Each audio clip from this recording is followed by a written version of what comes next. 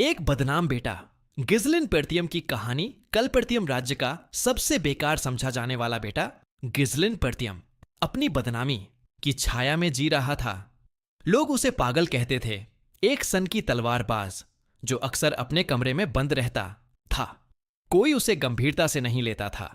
लेकिन सब कुछ बदल गया जब उत्तर का सबसे महान योद्धा उसके सामने हार गया। वह योद्धा पूरी तरह से कवच में ढका हुआ जमीन पर दर्द से कांप रहा था। वह समझ नहीं पा रहा था कि वह गिजलिन जैसे बेकार इंसान से कैसे हार गया। उसके चारों ओर कई और सैनिकों की लाशें बिखरी पड़ी थीं। सबके सब गिजलिन के हाथों मारे गए थे। तभी वहां एक और आदमी आया, भारी कुल्हाड़ी लिए हुए और शानदार कवच में सजा हुआ। उसकी आंखों में बर्फ सी ठंडक थी। उसने घायल योद्धा से पूछा, कैसा लग रहा है ये जगह? बहुत पैसा लगा है इसे तैयार करने में। उसकी आवाज में न कोई सहानुभूति थी, न कोई डर। घायल योद्धा गुस्से से चिल्लाया, क्या गिजलिन को पहले से सब पता था? उसके लिए यह मानना मुश्किल था कि कोई ऐसा व्यक्ति जिसे वह कचरा मानता था इतनी बड़ी योजना बना सकता है। गिजलिन धीरे धीरे उसके पास आया। उसके चेहरे पर सख्त भाव थे। वह बोला, हां, मुझे सब पता था। तुम्हारी संख्या, तुम्हारे जासूस, यहां तक कि तुम्हारी मदद कहां से आ रही है। तुम सब मेरे जाल में फंस चुके थे। योद्धा यह सब सुनकर हैरान था। वह चिल्लाया, मेरे पास एक छुपा हुआ हथियार है। तुम जैसे बेकार इंसान ने यह सब कैसे किया? लेकिन वह अपनी बात पूरी कर पाता इससे पहले ही गिजलिन ने उसके चेहरे पर एक जोरदार लात मारी और कहा, चुप रहो। उसने अपना हेलमेट उतारा और कहा, मैं सिर्फ ये जंग नहीं, हर लड़ाई जीतूंगा। फिर उसने शांत लेकिन आत्मविश्वास भरी मुस्कान के साथ पूछा, पता है क्यों? क्योंकि मेरे पास हर जीत की पूरी योजना है। 1 साल पहले, अब कहानी 1 साल पीछे चली जाती है। लिथेनिया किंगडम के एक सोल्जर कैंप में पर्टियम एस्टेट के पास एक टेंट में गिजलिन अचानक जाग गया, जैसे किसी बुरे सपने से निकला हो। वह जिंदा था। उसने जल्दी से अपना गला छुआ, खुद को सही सलामत पाकर हैरान रह गया। उसकी यादों में एक भयानक पल कौंधा जब एक लाल बालों और सुनहरे कवच वाला योद्धा उसका तलवार गिरा चुका था। गिजलिन घुटनों के बल गिरा, मुंह से खून बह रहा था। वह योद्धा था ईडेन, पूरे महाद्वीप के साथ सबसे ताकतवर योद्धाओं में से एक। आइडेन ने अपनी तलवार उसकी ओर तानी और कहा, कोई आखिरी शब्द? गिजलिन ने टूटी सांसों के बीच कहा, काश मैं अपना बदला पूरा कर पाता, पर मैं उम्मीद करता हूं कि तुम जरूर मरोगे। आइडेन मुस्कुराया, जैसे मजाक सुन रहा हो, और बोला, तुम जैसे घमंडी को यही अंजाम मिलना था। फिर उसने खुलासा किया कि उसे यह जानकर हैरानी हुई थी कि गिजलिन पर्तियम परिवार का सबसे बड़ा बेटा है, वही परिवार जो उसकी बहन की मौत के बाद बिखर गया था। गिजलिन चौंक गया। तुम्हें यह सब कैसे पता? उसने पूछा। आइडेन ने जवाब दिया, मैंने तुम्हें ढूंढने के लिए बहुत मेहनत की है। फिर उसने एक गहरी साजिश का खुलासा किया। डिलाइन घराने ने पर्तियम परिवार की तबाही में अकेले हिस्सा नहीं लिया था। आइडेन और उसके साथियों ने खुद इस विनाश की योजना में हाथ बटाया था। गिजलिन सन्न रह गया। आइडेन ने अपनी तलवार धीरे धीरे गिजलिन की गर्दन के पास लाते हुए कहा, अब और बताने की कोई जरूरत नहीं है। उसका चेहरा सख्त था, शब्दों में ठंडापन। अब तेरा अंत आ गया है, मान ले अपनी हार। लेकिन गिजलिन की आंखों में आग थी। वह गुस्से से बोला, मैं तुझे कभी माफ नहीं करूंगा। आइडेन ने उसकी बातों को नजरअंदाज किया और एक ही वार में उसकी गर्दन काट दी। एक सटीक निर्मम प्रहार और सब कुछ खत्म। अब सीन वापस वर्तमान में आता है। गिजलिन लड़खड़ाते हुए एक पानी के पीपे के पास पहुंचता है। वह उसमें झांककर अपना चेहरा देखता है। उसकी गर्दन अब भी सही सलामत थी। हैरानी और डर से उसका दिल धड़क उठा। मैं मरा नहीं, या ये कोई सपना है? उसने चारों ओर देखा और महसूस किया कि वो पहले से कहीं ज्यादा जवान लग रहा था।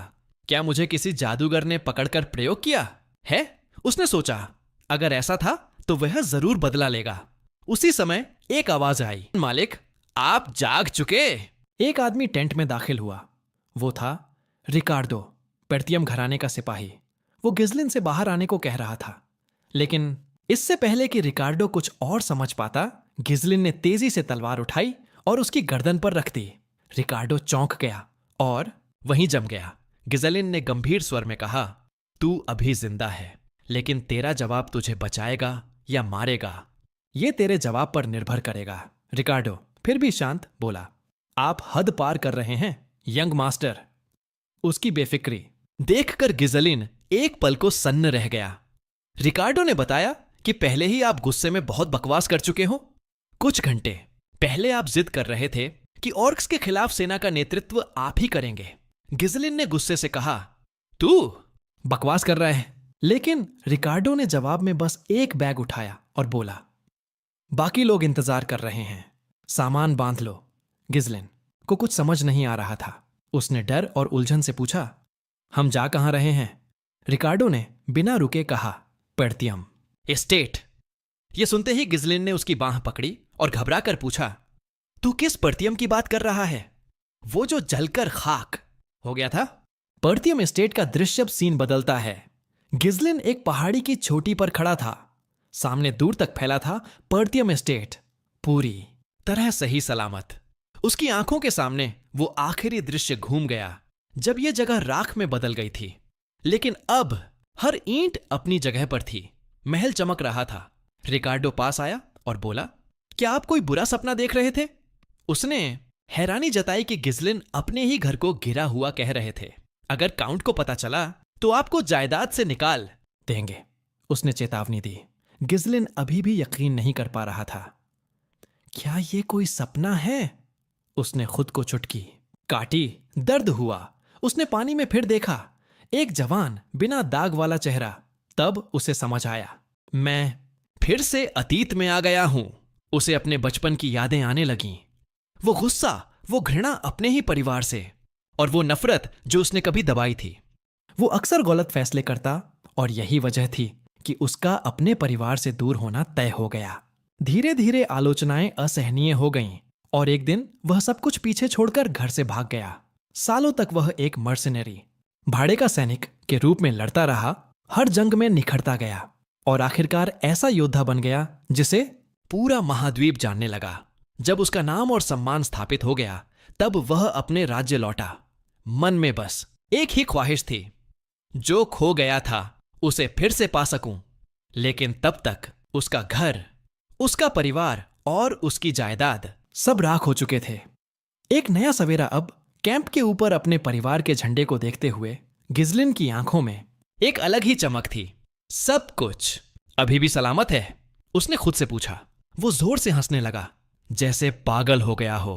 आंसू और हंसी आपस में घुल गईं। उसकी खुशी इतनी गहरी थी कि वह गाना गाने की कगार पर था। लेकिन वो पल ज्यादा देर टिक नहीं सका। उसे रिकार्डो की बात याद आई, ऑर्क्स पर होने वाली रेड की। एक पुरानी याद ताजा हो गई, उसकी पिछली जिंदगी की सबसे दर्दनाक गलती। तब वह खुद को साबित करने के लिए इस रेड में शामिल हुआ था।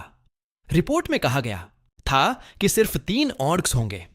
जोश में आकर और अनुभव की कमी के कारण उसने खुद ही दल का नेतृत्व करने की जिद की। लेकिन जब 20 से ज्यादा ऑर्क्स सामने आए तो पूरी टुकड़ी तबाह हो गई। अब इस जीवन में वह वही गलती नहीं दोहराना चाहता था। उसे मालूम था ऑर्क्स चालाक नहीं होते, लेकिन उनकी ताकत ही उन्हें खतरनाक बनाती है।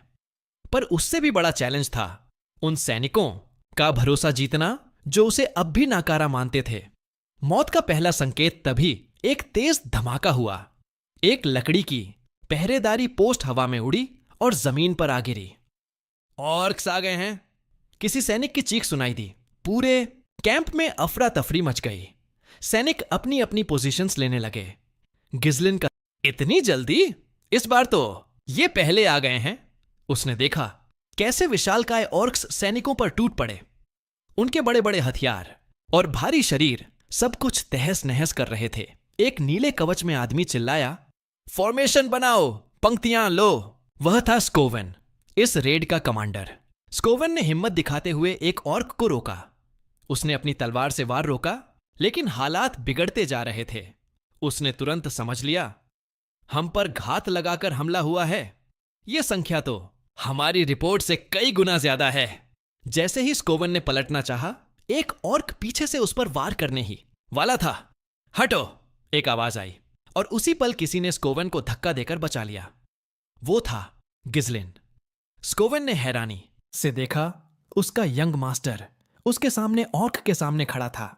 ओनर्क ने अपना कुल्हाड़ी ऊपर उठाई, लेकिन गिजलिन पहले ही हरकत में आ चुका था। उसने तलवार से ऑर्क की उंगलियां काट दी, फिर एक सटीक वार से उसके पैर में गहरा घाव दिया। ऑर्क की चीख गूंजी और वो जमीन पर गिर पड़ा। चारों ओर के सैनिक और खुद स्कोवन सन्न रह गए। गिजलिन मगर खुद नाखुश था। उसे महसूस हुआ कि वह पूरी ताकत से वार नहीं कर पाया। मन में है, लेकिन मैं अभी भी मना नहीं चला सकता। अगर थोड़ा पहले लौट आता। कमांड की मांग उसने स्कोवन की ओर देखा और कुछ ऐसा कहा जिसकी किसी ने उम्मीद नहीं की थी। स्क्वाड की कमान मुझे दो। स्कोवन चौंक गया। क्या कहा? गिजलिन की आंखों में आत्मविश्वास था। अगर जीतना है तो मुझे स्क्वाड की जिम्मेदारी चाहिए। स्कोवन, जो उसे हमेशा लापरवाह मानता था, सख्त स्वर में बोला, यह बैटलफील्ड है, कोई खेल नहीं। यह अधिकार मुझे लॉर्ड ने सौंपा है। मैं उसे ऐसे नहीं छोड़ सकता। गुस्से में तो था, पर फिर भी समझदार था गिजलिन। उसे महसूस हुआ कि अगर कोई नासमझ इंसान उससे ऐसी मांग करता तो शायद वो भी वैसा ही रिएक्ट करता। जैसे ही उसके दिमाग में ये ख्याल चल रहे थे, एक ऑर्क उस पर झपट पड़ा। पास खड़े स्कोवन ने चिल्लाकर कहा, गिजलिन, पीछे हटो, तुम अभी स्क्वाड लीड करने के लिए तैयार नहीं हो। लेकिन गिजलिन के पास कोई और चारा नहीं था। वो डट गया। जो उसके बाद हुआ, सबके होश उड़ा गया। गिजलिन ने अपनी तलवार उठाई और फेंक दी। स्कोवन ने झुककर खुद को बचाया और गुस्से में पलटकर गिजलिन को पकड़ लिया। ये क्या कर रहे हो? लेकिन तभी पीछे से एक अजीब सी आवाज आई। स्कोवन ने देखा, वो तलवार एकदम ऑर्क की खोपड़ी में ढंसी हुई थी। ऑर्क चुपचाप जमीन पर गिर पड़ा। उसकी कमजोर नस पर सीधा वार हुआ था। स्कोवन हैरान था। तुमने इतना सटीक निशाना कैसे लगाया? गिजलिन शांत था। उसने कहा, युद्ध जीतने की कुंजी है मोराल। डर से जकड़े सैनिक कभी नहीं जीत सकते। स्कोवन ने देखा कि उनके सैनिक अभी भी डर के मारे कांप रहे थे, ऑक्स की डरावनी दहाड़ों से सहमे हुए। गिजलिन मुस्कुराया और बोला, अब हमें मोमेंटम पकड़ना होगा। वो भागते हुए ऑर्क की लाश से अपनी तलवार निकाली और सीधे दुश्मनों के बीच कूद गया। उसने एक और ऑर्क की खोपड़ी में तलवार घुसा दी। सैनिक हैरान रह गए। वो ऑर्क की लाश पर खड़ा होकर चिल्ला रहा था, आओ सब, मैं अकेला ही काफी हूं। ऑर्क्स गुस्से से उसकी ओर भागे, लेकिन गिजलिन ने हिम्मत नहीं हारी। 2 ऑर्क्स के पेट काट डाले और तीसरे का हाथ उड़ा दिया। हर बार अपने निशाने पर दूर से स्कोवन देख रहा था। वो खुद भी एक स्किल्ड माना यूजर था, फिर भी ऑर्क्स से भिड़ना उसके लिए मुश्किल होता। लेकिन गिजलिन बिना किसी मैजिक के सिर्फ अपनी तकनीक और इंस्टिंक्ट से ऑर्क को काट रहा था। अब उसकी थकान साफ दिख रही थी। वो धीरे धीरे हिल रहा था, ऊर्जा बचाकर लड़ रहा था। हर बार सर्जिकल प्रिसीजन जैसा। गिजलिन लगातार ऑर्क्स को चिढ़ा रहा था, तुम्हें योद्धा जाति कहते हैं? अभी तो मैं वार्म अप कर रहा हूं। रिकार्डो, जो पास खड़ा था, हक्का बक्का रह गया। एक सिपाही बोला, वो भाग रहा है। लेकिन गिजलिन अब भी बोलते बोलते भाग रहा था। रिकार्डो ने घबराकर स्कोवन को बुलाया। स्कोवन सोच में पड़ गया। गिजलिन क्या कर रहा था? वह क्लिफ की तरफ भाग रहा था। फिर स्कोवन को समझ आया, उसका प्लान। शील्ड वॉल बनाओ, सब तैयार हो जाओ। स्कोवन ने आदेश दिया। गिजलिन क्लिफ के किनारे पहुंचा और ऑर्क्स के वार झेलता रहा। मन ही मन उम्मीद करता कि स्कोवन उसकी मंशा समझ जाए। उसकी ताकत खत्म हो रही थी, लेकिन वो जानता था उसने इनफ कर लिया है। उसी समय पीछे से सैनिकों की आवाज आई। स्कोवन और उनकी सेना भाले ताने शील्ड वॉल में मार्च करते आए। ऑर्क्स पलटे और रुक गए। गिजलिन ने मुस्कुराकर कहा, परफेक्ट टाइमिंग, और बिना रुके क्लिफ से छलांग लगा दी। जैसे ही वह गायब हुआ, स्कोवन ने चिल्लाया, धक्का दो। सैनिकों ने जोर लगाया। भालों से ऑर्क्स को क्लिफ से नीचे गिरा दिया। एक एक करके सब ऑर्क्स खाई में गिरते चले गए। खून की धार बहती रही। युद्ध खत्म हो चुका था। स्कोवन क्लिफ के किनारे दौड़कर पहुंचा और चिल्लाया, गिजलिन। नीचे देखा, गिजलिन क्लिफ की दीवार से लटक रहा था। उसकी तलवार पत्थर में फंसी हुई थी। गिजलिन ने मुस्कुराकर कहा, मैं ठीक हूं। स्कोवन ने हाथ बढ़ाया, बट गिजलिन की ताकत जवाब दे गई। उसका हाथ फिसला और वो नीचे गिर गया। सारे सैनिक स्तब्ध रह गए। दृश्य धुंधला हो गया। गिजलिन ने सुना एक आवाज पुकार रही थी। वो पहचान गया, एलेना की थी, उसकी बहन। मां की मौत पर उसके आंसू। वो दिन जब उसने कहा था, मैं तुमसे नफरत करती हूं। फिर एलेना एक बच्ची की तरह सामने आई, बोली, भैया मुझे भी साथ चलाओ। गिजलिन की आंख खुल गई। वो एक कमरे में था, सिर पर ठंडी पट्टी। सैनिकों ने उसकी जान बचा ली थी, पर सपना बहुत अजीब था। उठने की कोशिश की, पर शरीर कांप गया। तभी दरवाजा खुला और एक सफेद बालों वाली नौकरानी अंदर आई। बेलिंडा। वो मुस्कुराई। मास्टर, आप होश में आ गए। बाल्टी मेज पर रखकर बोली, मैंने तो कहा था ये लड़ाई सैनिकों पर छोड़ दीजिए। लेकिन गिजलिन अचानक उठा और बेलिंडा को गले लगा लिया। वो चौंक गई। मैंने कुछ गलत कह दिया क्या? गिजलिन ने कहा, नहीं, मैं बस खुश हूं कि तुम हो। बचपन से वो उसकी ट्यूटर थी, हमेशा उसके इमेच्योर व्यवहार को सहती रही। पिछली जिंदगी में जब पर्तियम परिवार बर्बाद हुआ, बेलिंडा गायब हो गई थी, फिर कभी नहीं मिली। बेलिंडा बोली, मास्टर, हम तो रोज मिलते हैं, इतनी खुशी क्यों? गिजलिन गंभीर हो गया। बेलिंडा, ध्यान से सुनो, बहुत जल्द एक बड़ी तबाही आने वाली है हमारे परिवार पर। बेलिंडा कुछ समझ नहीं पाई, तो उसने गिजलिन से और साफ साफ पूछ लिया कि वह क्या कहना चाहता है। गंभीर चेहरे के साथ गिजलिन ने कहा, मैं मर चुका था और वापस आया हूं। बेलिंडा हंस पड़ी। उसे लगा गिजलिन मजाक कर रहा है, शायद हाल ही में ऑक्स के साथ हुई लड़ाई से डर गया है।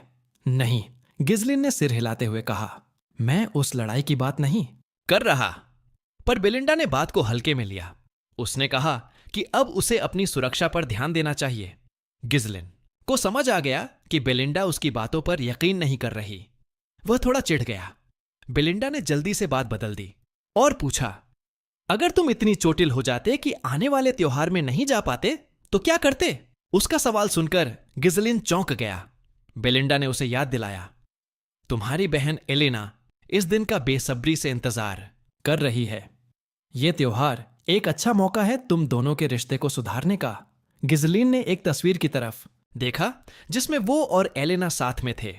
उसे हर साल होने वाले उसी त्योहार की याद आ गई। अपनी पिछली जिंदगी में वो कभी इस त्योहार का आनंद नहीं ले पाया था। फेस्टिवल कब शुरू होगा? उसने धीरे से पूछा। बेलिंडा ने कहा, अगले हफ्ते। गिजलिन के मन में हलचल मच गई। वही तारीख जब सब कुछ बदल गया था। वो अभी अपने ख्यालों में ही था कि तभी दरवाजा खुला। एलेना कमरे में आई। उसे देखकर गिजलिन की आंखें भर आईं। उसने बिना कुछ सोचे अपनी छोटी बहन को गले लगा लिया। बेलिंडा और एलेना दोनों हैरान रह गईं। मैंने तुम्हें बहुत मिस किया। तुम्हें क्या हो गया है? एलेना ने खुद को छुड़ाते हुए पूछा। एलेना ने उसे पीछे धकेल दिया और कहा, तुम अजीब बर्ताव कर रहे हो। गिजलिन फिर हैरान रह गया। इतनी ताकत उसने कभी सोचा भी नहीं था कि एलेना इतनी मजबूत हो गई है। अपने कपड़े झाड़ते हुए एलेना बोली, मैं बेलिंडा के कहने पर आई हूं। फिर अचानक उसका मूड बदल गया। यह सब क्या है? क्या तुम सोचते हो कि इस तरह सब कुछ ठीक हो जाएगा? गिजलिन उलझ गया। तुम किस बारे में बात कर रही हो? एलेना ने पुरानी बातें याद दिलाईं। तुमने मुझसे कहा था कि मैं तुम्हें परेशान करती हूं, कि मेरी सांसों से भी तुम्हें नफरत है। यह सुनकर गिजलिन अंदर तक हिल गया। उसकी यादें लौट आईं। पिछली जिंदगी में वह एलेना से कभी करीब नहीं था। मैं बहुत बुरा भाई था। उसने खुद से माना और तुरंत एलेना से माफी मांगी। बेलिंडा हैरान रह गई। उसने कभी गिजलिन को पहले माफी मांगते नहीं देखा था। एलेना ने शक से पूछा, कहीं तुम्हारा सिर तो नहीं लग गया? सुना है तुम्हें ऑर्क ने मारा था। गिजलिन झुंझला गया। फिर वही बात, मैंने ही ऑर्क्स को हराया था। लेकिन जैसे ही उसने कहा, उसके शरीर में तेज दर्द उठा और वह जमीन पर गिर गया। एलेना मुस्कुराई। तुम बेहोश होकर लौटे थे, याद है? बेलिंडा और एलेना हंसने लगीं। गिजलिन चौंक गया, लेकिन अंदर से उसे अच्छा लगा। दोनों वैसे ही थीं जैसी वह याद करता था। वो पछताने लगा कि उसने कितना वक्त बेकार चीजों में गंवा दिया था। उसे त्योहार याद आया। पिछली जिंदगी में उसने एलेना के साथ ना जाने का बहाना बनाया था, रेड के बाद का दुख दिखाने के लिए। और वही आखिरी बार था जब उसने एलेना को जिंदा देखा। उसकी बहन की लाश उसके अंगरक्षकों के साथ मिली थी। तभी दरवाजे पर दस्तक हुई। 2 सैनिक अंदर आए जमाल और फिलिप, एलेना के बॉडीगार्ड्स। मिस एलेना, जमाल बोला, सर्वेंट्स आपको फेस्टिवल की तैयारियों में मदद के लिए बुला रहे हैं। गिजलिन हैरान रह गया। फेस्टिवल की तैयारी तुम कर रही हो? हे गाइस, अगर आप अभी तक देख रहे हो तो दिल से थैंक यू सो मच। अगर नेक्स्ट एपिसोड मिस नहीं करना चाहते तो सब्सक्राइब करो और बेल आइकॉन दबाना मत भूलना। लाइक और कमेंट जरूर करो, आपका फीडबैक मुझे और मोटिवेट करता है। और एक बार फिर से thank you so much for watching.